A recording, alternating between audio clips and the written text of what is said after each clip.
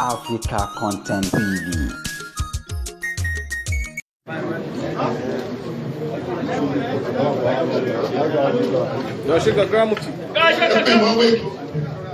Chief Imam Edo and the Chairman League Imam Edo and the Chief Imam Edo and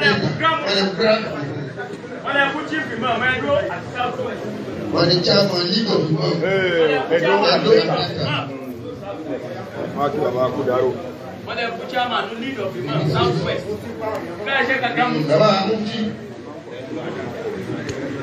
IDBU. President General League of Imam Edo and Deta.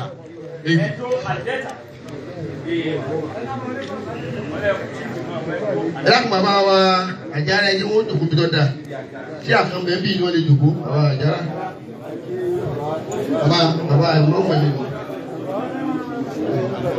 ẹ̀wọ̀n bàbá dùkú tó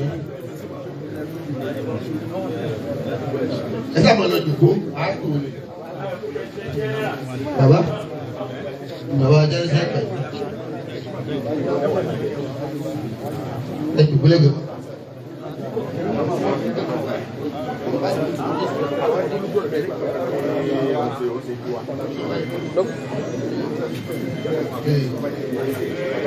Wọ́n gba IDP. Gbogbo àti kàlí àìtò gbogbo ẹ̀ka dàgbà IDP lóòrùn sẹ́gbẹ̀jì. Wọ́n gba IDP. Wọ́n president IDP. Wọ́n president IDP. Wọ́n president IDP. Wọ́n gbogbo IDP. Ẹ̀ẹ́dùn kọ́kọ́ ẹ̀dẹ́ sí ọ̀dà. Orí ayé. Wọ́n yóò dàgẹ́ ìlú. Orí ayé. Orí ìjọba àsìkò. Ṣé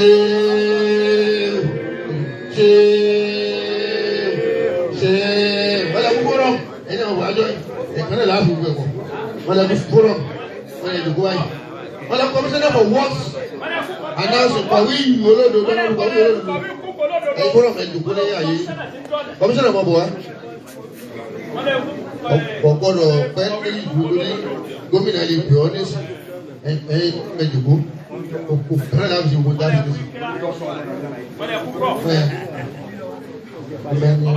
ìdílé bẹ̀rẹ̀ rẹ̀ òun náà láàfin lẹ̀ kẹ̀sí di ọba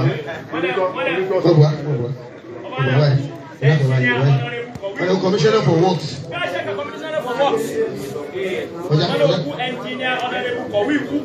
àtọ́jú gómìnà ló lásìkò yìí wọ́n lọ kọ̀wé olódodo wọ́n commissioner for works. Wọ́n lọ commissioner ti ń dọ̀nà. Wọ́n lọ lálùbáríkà. Wọ́n lọ lálùbáríkà. Wọ́n lọ lálùbáríkà. Wọ́n lọ lálùbáríkà. Wọ́n ní kọ́ pẹ̀lú ògbó ọlọ́lá lọ́dọ̀ subhana rabbika. Rabbil izzati amma yasifuna. Wa salamun ala al-mursalin walhamdulillahi. Ọba àdúrà ni. Wọ́n lè kú mọ́dà mi Bandoma. Ọlọ́run wo yá sí i? Bandoma ẹ̀ kọjá. Èkó Bandoma kọjá dùkú. Orí ẹ̀ kọjá ni abẹ́yẹ gbogbo rẹ̀. Ìyá pẹ̀lú Bandoma kí ọ wá náà. Ìyá ṣe kọ́ Bandoma.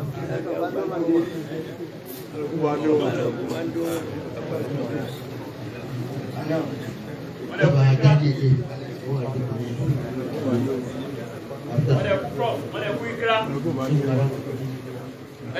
Ami imamu mande wale kutoka ajana siapa gashe kakamuti wale kukosma na biu Bandoma wale kwa na kwa wiku kolodo ko wale kuikira wale kubunya sikali abawa Grand Mufti Diyar Sheikh Sulaiman Farouk Al-Miskin Billah, the Grand Mufti of Kwara State, ON, on Babawa, the President General, League of Imams, Edo and Delta State. And one for one of the Dilori, láti wá bá yín kẹ́dùn Babawa Imam Wagba tó ṣaláìsí. Àwọn ọmọ yín wà níwájú yín àwọn IDPU. Àwọn náà wá kí kú rọ́jò bá Imam Wagba. Àwọn mọ́gàjí aláǹgbá fọ́rọ̀ wọ́n wá ní òkú wọ́n wá kí yín kú rọ́jò Imam Wagba. Ọmọ yín àpèkọ̀wé èèyàn. Engineer Atukowi Saka Cook Olododo. Ọ̀nà sojú gómìnà níbí yìí sí. Ọmọ Dr. Muni. Ọmọ Dr. Muni. Tọ́ ọba amúti àwọn ìmúlẹ̀dọ̀ ìṣòro ẹ̀. Gáàsì kan dọ́kítọ̀. Àwọn tí yóò jáde à ń bọ̀ wá. À ń bọ̀ àwọn jáde àwọn àbẹ̀wò wọn sí ìgbà lẹ́rìn ní yìí ọ̀kẹ́rẹ́ láàsì. Àmọ́ àwa ní gẹ́gẹ́ bí ẹ̀kọ́ tá a kọ́ bàbá wà nulẹ̀ báyìí tó bá kí ọ nulẹ̀ yọ̀ọ̀dá kí àlejò mú kí òtún ẹ̀yìn lẹ́sìn tó wà nípa wa síwájú. Wọ́n bàbá wa president general league of imam ẹ̀dùn àdẹ́ta alfas gbogbo àwọn bàbá náà wá jù wọ́n yìí ẹ̀sìn ẹ̀ná wá dùkú láti ọwọ́ àwọn akẹ́kọ̀ọ́ gbogbo ayẹyẹ ayọ̀dá ayé kẹsì lọ́nà bàbá wa ti lọ́nà. Wọ́n lè kú president general league of imam ẹ̀dùn àdẹ́ta.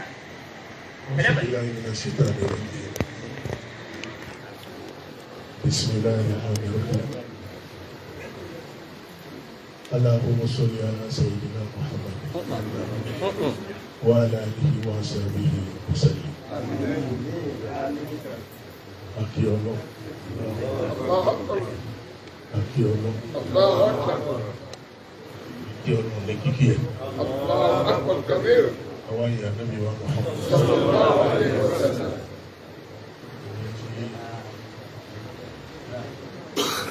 Baba Habis.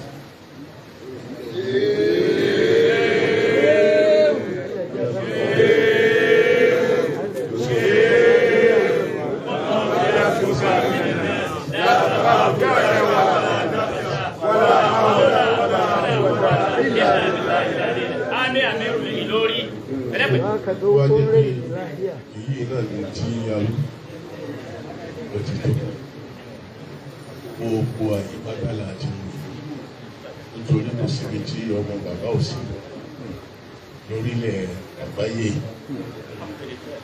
kódà àwa lẹ́kìtì àwa lóòdó state tí a jẹ́ ọmọ bàbá ó lóun tí a gbé náà láwọn fún wọn ní gbogbo gbà ó jẹ́ kí ẹ̀mí wa balẹ̀ pé gbogbo ìgbáyé bàbá ìrọ̀rùn ní ọjà sí. Àárọ̀ ti dáa, ọ̀sán ti dáa, ìrọ̀lẹ́ ti dáa, ojú alẹ́ la wà yìí, ọlọ́mọṣẹ́ ìjọ dáa dọ́dọ̀ náà. Lílà fi kúrẹ́ṣ. إلى فيهم ليلة الشتاء والصيف فليعبدوا رب هذا البيت الذي أتامهم من جوع وآمنهم. آمين. آمين بابا. Bàbá tí wọ́n lọlé látòrí ẹ̀wọ̀n látara bàbá wa Mufti tí gbogbo ilẹ̀ Kwara kódà ó dé Kìtìnà ọdún òǹdó tí gbogbo wa ní. Àtẹ̀síwá lásìkò ẹ̀ bẹ̀rẹ̀ bí bàbá kú ìdílé ọ̀dọ́ náà ọmọ wọn lọ́dọ̀ mi kó yípo padà ọlọ́mọṣàbà àforíjì wọn ọlọ́mọṣàbà àforíjì wọn aṣàṣì wọn lọ́mọ àdìjọ́ náà wà á lékún ìpẹ́ wọn wọlá wíwá tàtẹ̀ wà tẹ̀tẹ̀ náà wọn dárídárí ọ̀kan tí ń balẹ̀ pé yóò bá dùn mọ́ pàdé yóò ra àforíjì níwájú ọlọ́run bisimilayi kúrò wà bá. Wallahu ahadun, Allahu samadun, lam yalid wa lam yulad wa lam yakun lahu kufuwan ahadun. Àmín.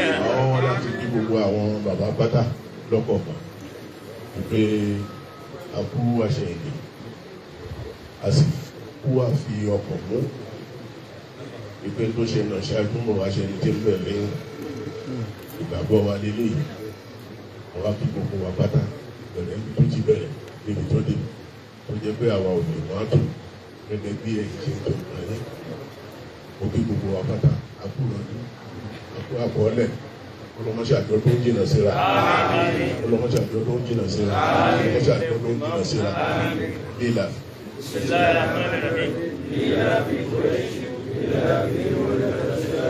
Wọ́n ní bísímìláì olúwa láwù mẹ́ta í ṣe dálímì nìkan lónìí bọ́ ọ bá ti ké dáa sí ibi álímì tí ń bọ̀ kó tó débẹ̀ àwọn tó tẹ̀lé álímì ń bò débẹ̀ obìnrin akárí àwọn òkú tilé wa àtàdúgbò wa obìnrin akárí gbogbo òkú mùsùlùmí àwọn ló ní ọ̀hún wọ́n tún rí sáàbù fún ọ́nbẹ́ o wọ́n bá wọ ọkẹ yọ̀bọ̀yọ̀bọ̀. Bismillahirrahmanirrahim. Qul huwallahu ahad. Allahu samad. Lam yalid wa lam yulad wa lam yakul lahu kufuwan ahad. Bismillahirrahmanirrahim. Qul huwallahu ahad. Allahu samad. Lam yalid wa lam yulad wa lam yakul lahu kufuwan ahad. Bismillahirrahmanirrahim. Qul huwallahu ahad. Allahu samad. Lam yalid wa lam yulad wa lam yakul lahu kufuwan ahad. Amin. Amin. Amin ya Allah. Ẹyọ kan ṣoṣo fún àlàájá wa mọ́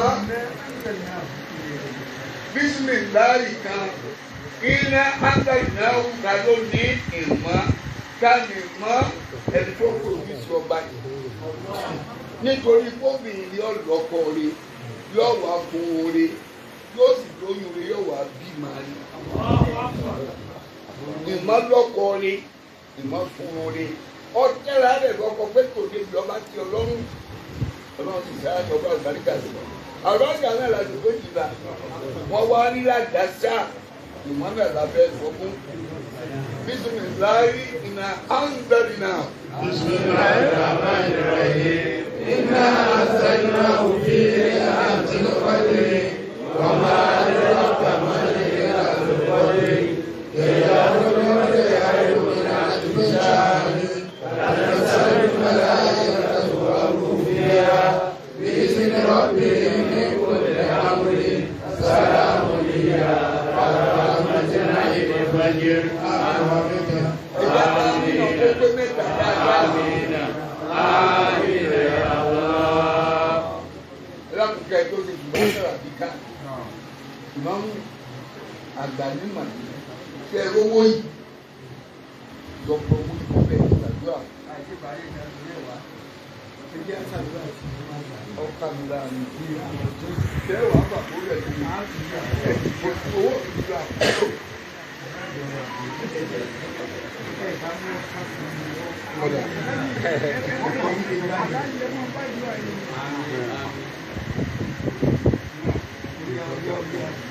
Wọ́n lé ìjọba yìí sí fún bàbá wa lójú ojú fún ìgbà wájú àwọn bàbá wa. Bàbá àwọn wá gbà fún. Wọ́n ní àti ìparí tá a bá wá kí mo nínú wọn máa yà kò mí. Àwọn ọ̀yàwó àwọn kákẹ́tù tá a bá wá ná. Wọ́n ní bàbá wa ìmáàmù àgbà lánàá.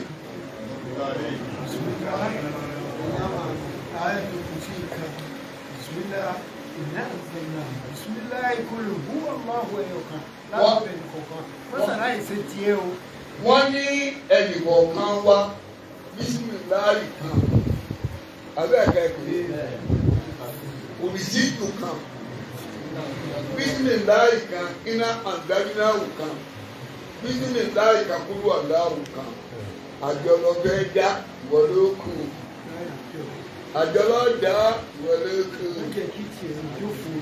má jẹ́ wọ́n wá tiẹ̀ tì ń bẹ́ẹ̀ nígbà wàá rò pé oníṣẹ́ wájú bọ́ọ̀dọ̀ ọmọ abájẹ́ ìdáná bísímìláì kò ní sí yú bísímìláì náà dáná bísímìláì kò ní wọ̀.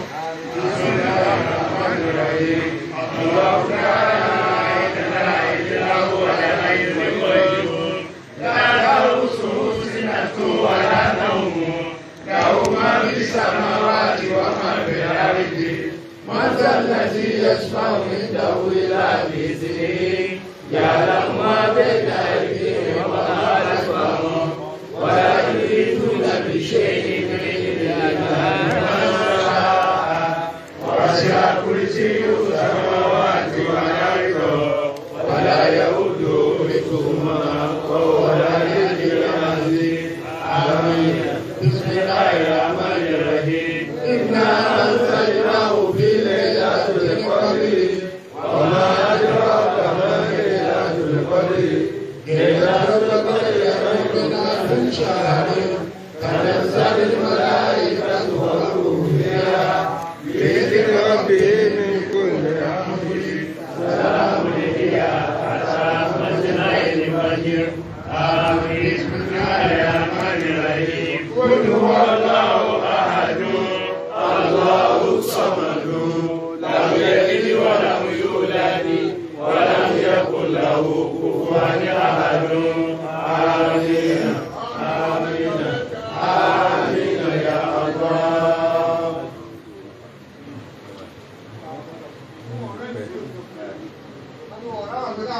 الله.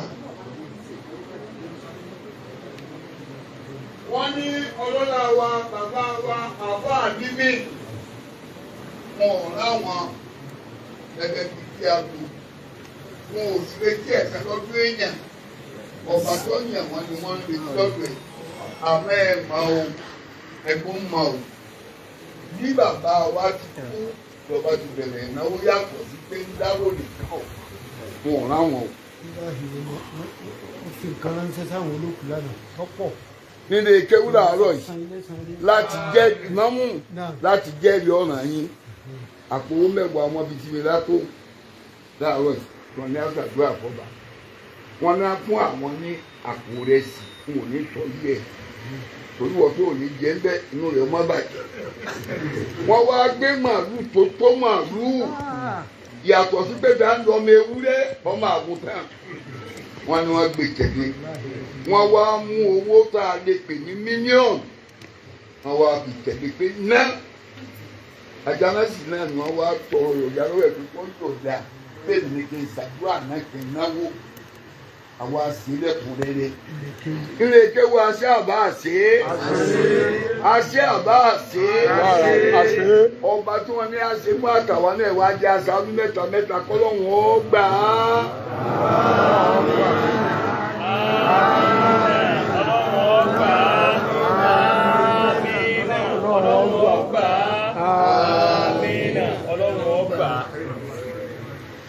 Bismillah. Iná àtọ̀ ìwọ̀n ọ̀gá. Àti ẹ̀sìn ní ẹni tí ó fojú di iná àti ìlú. Bismillah iná àti iná. Ilé gbà mọ̀. Iná àtọ̀ iná ka ẹyọ kan fún bàbá lórí ìnáwó rẹ̀ tí ó ti bẹ̀rẹ̀ sí náwó. Ọlọ́run o. Ọ̀la tó ń bẹ ń bẹ. Ọ̀túnla ń bẹ ń bẹ. Ọjọ́ mi tún ń bẹ ń bẹ. Àwọn okú ẹ̀rọ rẹ̀ wò wọ́n wò tún ń bẹ ń bẹ. Ọlọ́run o. Iná àti iná ìdákun ẹjẹ́ ni wọ́n papọ̀ dákun. Bismillahirrahmanirrahim. Inna a'tainaka al-kawthar. Fasalli li rabbika wanhar. Inna shani'aka huwal abtar. Àmín mẹ́ta mẹ́ta. Àmín àmín àmín ya Allah.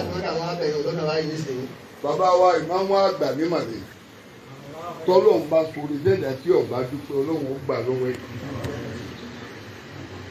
Bàbá wọn bá lórí kò pọn dandan wọ́n gbèmí ní gbẹnu àwọn sọ̀rọ̀ wàláì kò pọn dandan.